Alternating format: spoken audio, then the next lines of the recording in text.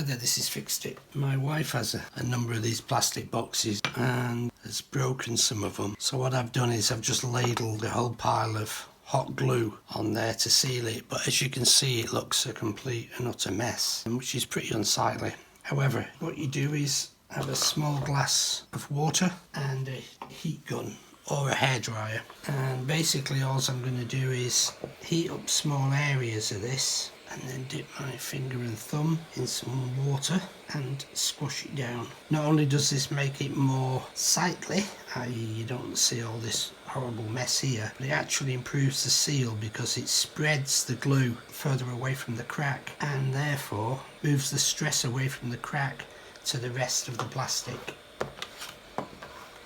So what I'm going to do is to just progress around and do the rest of this.